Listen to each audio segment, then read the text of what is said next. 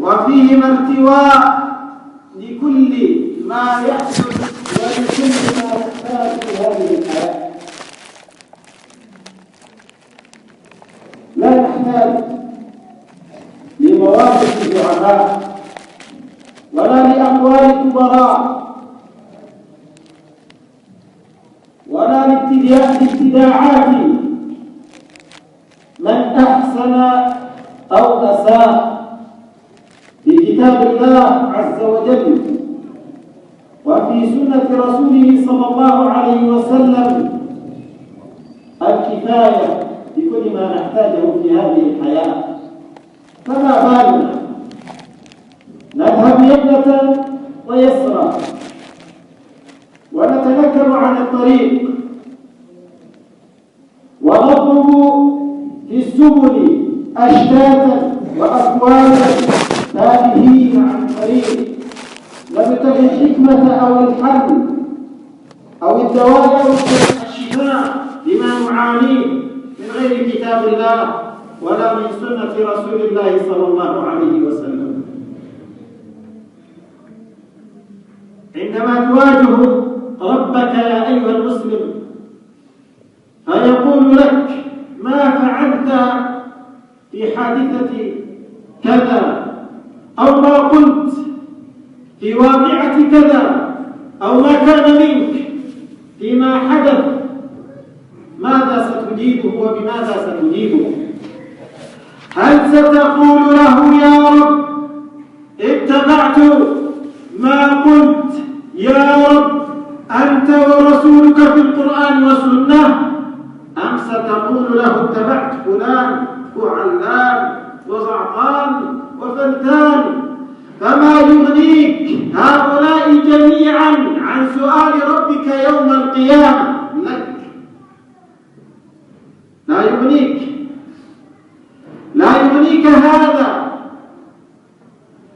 أفوصل بنا الحال إلى أن يقال لنا قال الله قال رسوله صلى الله عليه وسلم، فنجد أناسا يقولون في هذا وجهة نظر، ولكن وبس وإنما وحيثما فوربك لا يؤمنون، فوربك لا يؤمنون لا تتوفر ولا تنطبق صفات الإيمان في من يا رب؟ فوربك لا يؤمنون، من هم يا رب؟ حتى يحكموك فيما شجر بينهم ثم ماذا يا رب؟ ثم لا يجدوا في أنفسهم شيء، ثم لا يجدوا في أنفسهم حرجا مما قضيت ويسلموا تسليما. لا محاباة، لا مجاملة، لا لعب في دين الله عز وجل. قال الله وقال رسول الله صلى الله عليه وسلم فيما شجر بيننا في قليل أو كثير، في صغير أو كبير، أم سنكون كبني إسرائيل الذين يؤمنون ببعض الكتاب ويكفرون ببعض. فماذا كان جزاء بني إسرائيل عندما آمنوا ببعض الكتاب وكفروا ببعضه؟ كان الغضب من الله والسخط من الله والذلة من الله لبني إسرائيل وعذاب في الدنيا وفي الآخرة. فلذلك يا عباد الله ويا مسلمين، إن أكثر القصص التي أوردها الله سبحانه وتعالى في القرآن لبني إسرائيل. لماذا والقرآن قرآننا أمة محمد صلى الله عليه وسلم، لماذا يذكر بني إسرائيل في أكثر من موقف، وبالتفصيل وبالتدقيق وبالإجمال وبالتفريع. لماذا أكثر من ذكروا في القرآن بني إسرائيل؟ لماذا؟ من أجل أن يوصل الله عز وجل لنا رسالة واحدة: لا تعملوا عملهم فتكونوا مثلهم، وإذا كنتم مثلهم أصابكم ما أصابهم. هذه رسالة الله في القرآن لنا. ولذلك أحبابي في الله أولد لكم قصة حدثت لقرية من قرى بني إسرائيل، لكي تعلم أنت وأعلم أنا من الذي سينجيه الله في الأحداث وفي الفتن وفي المنكرات وفي المشاكل وفي أي طارئ يطرأ على حياتك. من الذي سينجيه الله عز وجل؟ ومن الذي سيهبطه الله عز وجل؟ قرية من قرى بني إسرائيل كانت حاضرة البحر، كانت على البحر على الساحل، وكانوا يحيون كثيرا منهم على الصيد، يصطادون من البحر أسماكا فيبيعونها فيقتاتون منها، رزقهم من البحر. فبمعاصيهم أمرهم الله عز وجل في دينهم ألا يصطادوا يوم السبت من الأسبوع لا تصطادون فيه. فالتزموا بني إسرائيل، فابتلاهم الله عز وجل ليمحص إيمانهم وصدق تطبيقهم لأمر الله. أفحسبتم يا أهل هذه البلاد ويا أيها المؤمنون ويا أيها المسلمون أن لن يمحصكم الله عز وجل لينظر ماذا تعملون؟ سيقلبك الله عز وجل في الامتحانات والابتلاءات لكي يعلم هل أنت صادق معه سبحانه وتعالى أم كاذب ومدعي. فمن صدق لنفسه، ومن كذب على نفسه وأحبط عمله. فأمرهم الله عز وجل ألا يصطادوا يوم السبت، وليبتليهم الله سبحانه وتعالى ويمحصهم ويعلم الصادق منهم والكاذب. كانوا إذا جاء يوم السبت أقبلت الحيتان والأسماك، وإذا انقضى يوم السبت لا يجدون صيدا ولا يجدون أسماكا ولا حيتانا في البحر. طول الأسبوع لا يوجد سمك، ويوم السبت الذي هم ممنوعين من الاصطياد فيه تأتي السمك.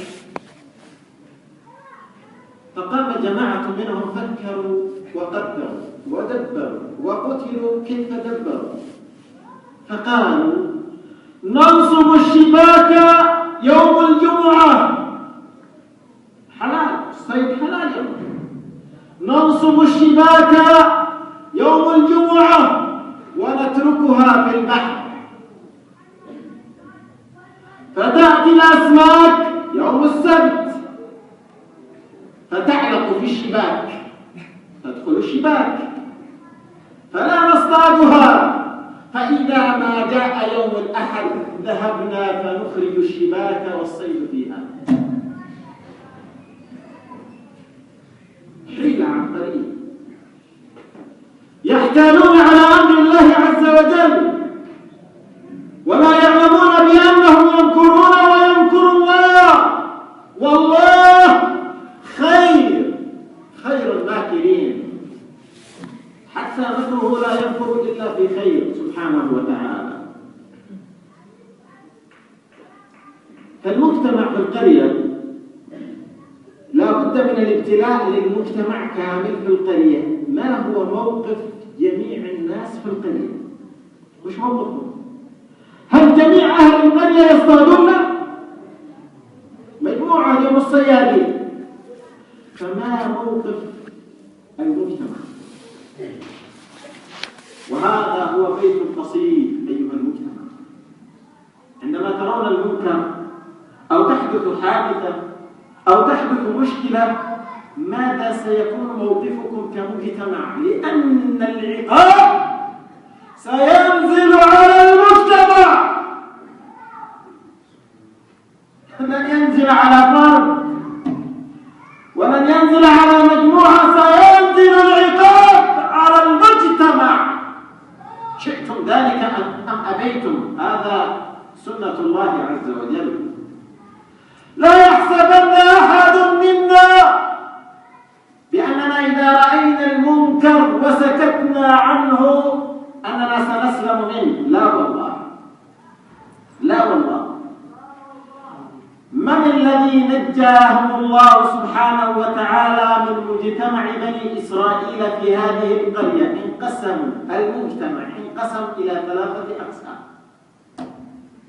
قسم يصطاد ويحتال على أمر الله ويرفض أمر الله ويتكبر على أمر الله، يقول الله كذا وهو يقول كذا، يقول رسوله كذا وهو يقول كذا. فانقسموا إلى 3 أقسام: قسم يصطاد، وقسم لا يصطاد ولكنه ساكت، والساكت عن الحق شيطان أخرس.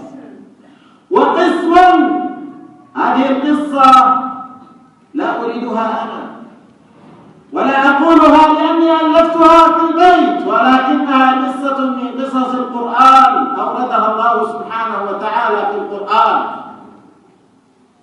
لماذا أوردها الله سبحانه وتعالى في القرآن؟ للتفكه أم لإيراد القصص في السمر؟ لا، وإنما للعبرة والعظة لكي تعلم عبد الله سنن الله الماضية، ولن تجد لسنة الله تحويلا ولا تبديلا. القسم الأول يصطاد، والقسم الثاني لا يصطاد ولكنه ساكت، والقسم الثالث لا يصطاد ولكنه ينهى. الذين يصطادون عن الصيد ينهون عن المنكر، ينهون عن السوء، يأمرون بالمعروف ويحرضون الساكتين: لماذا أنتم ساكتون؟ فقالوا لهم الساكتين: لماذا تنصحون قوم الله يريد أن يعذبهم؟ ليش؟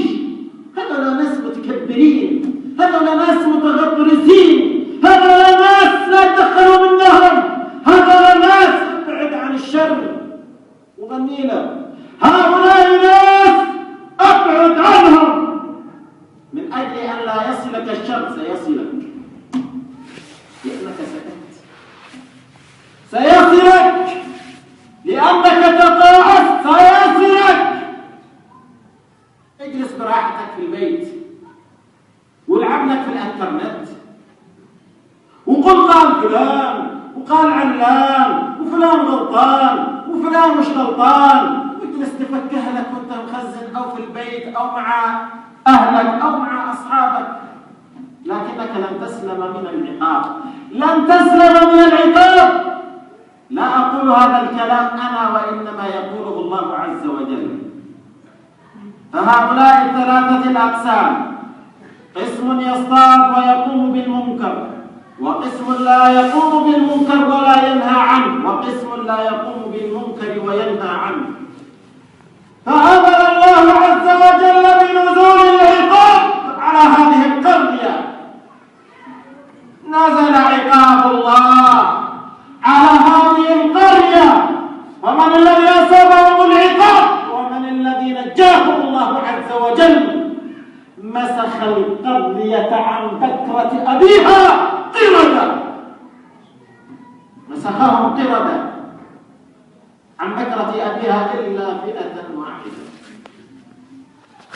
الذين كانوا ينهون عن السوء، يقومون بالسوء وينهون عن السوء.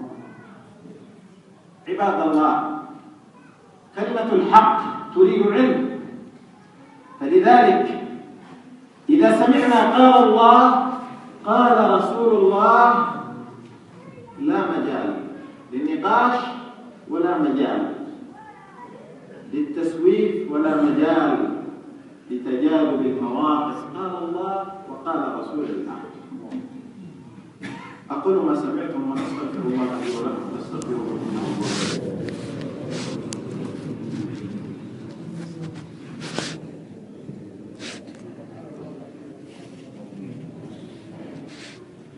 الحمد لله كما أمر، وأشهد أن لا إله إلا الله إرغاما لمن جحد به وكفر، وأشهد أن محمدا عبده ورسوله الشفيع المشفع في المحشر، على آله وأصحابه مصابيح الغرر، من اتصلت عين بنظر ووعت أذن بخبر. أما بعد، عباد الله،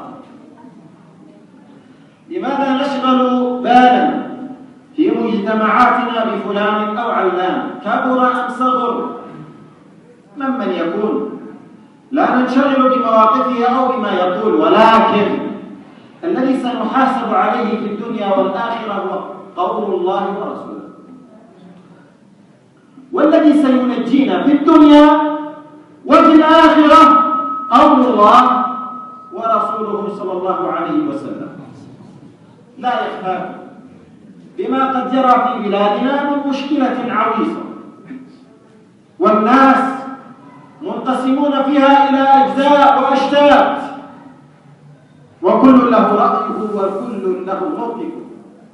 ولكن هل نظل نتلاوم فيما بيننا على هذه المواقف والآراء؟ لا والله، نحتكم فيها لكلام الله ولكلام رسول الله صلى الله عليه وسلم. قتل عثمان رضي الله عنه وهو خليفة المسلمين ظلما وبهتانا، قتل، وقتلته كانوا معروفين، زمرة موجودين منهم من قتلوه، زمرة موجودين كانوا مسيطرين على المدينة، منهم من قتل عثمان ومنهم من لم يقتله.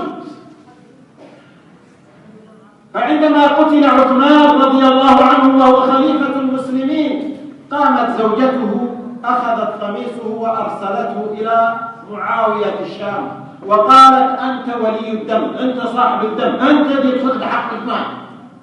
ليش؟ لأنك ولد عمه. فمعاوية رضي الله عنه أخذ الثوب قميص عثمان وعلقه على المنبر وبايعه 30,000 رجل، 30,000 رجل كانوا سبب فتنة إلى اليوم نعاني منها. ماذا قال معاوية رضي الله عنه؟ أرسل إليه علي بعد أن بويع خليفة للمسلمين كرم الله وجهه وأصبح أمير المؤمنين، يقول له: يا معاوية تعال فبايع على الخلافة، فيقول: لا، سلمني قتلة عثمان أقتلهم بيدي. فقال علي بن أبي طالب أمير المؤمنين كرم الله وجهه: ما على هذا أمرنا الله ورسوله، وإنما تقام محكمة ويعودون إلى القضاء، وما حكم القضاء في قتلة عثمان أمير المؤمنين يمضي. فقال معاوية: لا بيع حتى تسلمني قتلة عثمان. فقال علي بن أبي طالب رضي الله عنه: لن أسلم أحدا إلا للقضاء فيأخذ مجراه ويحكم فيهم بحكم الله. فأبى معاوية، وكان موقف علي كرم الله وجهه الحق، وتقاتل المسلمون فيما يناهز 6,000 صحابي رضي الله عنهم قتلوا في هذه الفتنة، ومئات الآلاف من الذين قتلوا وشردوا من المسلمين بسبب موقف لا يرضي الله ولا يرضي رسوله. ولذلك عباد الله، إننا في هذا الموقف نطالب الجميع سواء من هم أطراف القضية ومن هم أولياء الدم والمجتمع، نطالب الجميع بأن يكون مرد القضية إلى شرع الله. أين شرع الله؟ من الذي يحكم بشرع الله؟ شرع الله موجود. لأنك إن قلت بأن شرع الله غير موجود معناها أنك تختار الخيار الآخر، وهم أن يتناحروا الناس ويتقاتلوا ويسفكوا الدماء. فأيهما أرضى لله؟ بأن نتابع القضاء حتى وإن تعبنا تعب متابعة، ولكن في الأخير سيأخذ الحق إجراء، أم الخيار الآخر الذي لا يرضي الله بأن نتقاتل وأن نكثر من سفك الدماء من الأبرياء فوق من قد سفك؟ هل هذا هو الموقف الذي يرضاه الله سبحانه وتعالى؟ هل هذا هو الموقف الذي ترضونه لبلادكم؟ لأن القضية تظل معلقة بين الخصوم، وكل واحد منهم يريد أن يأخذ حقه بيده.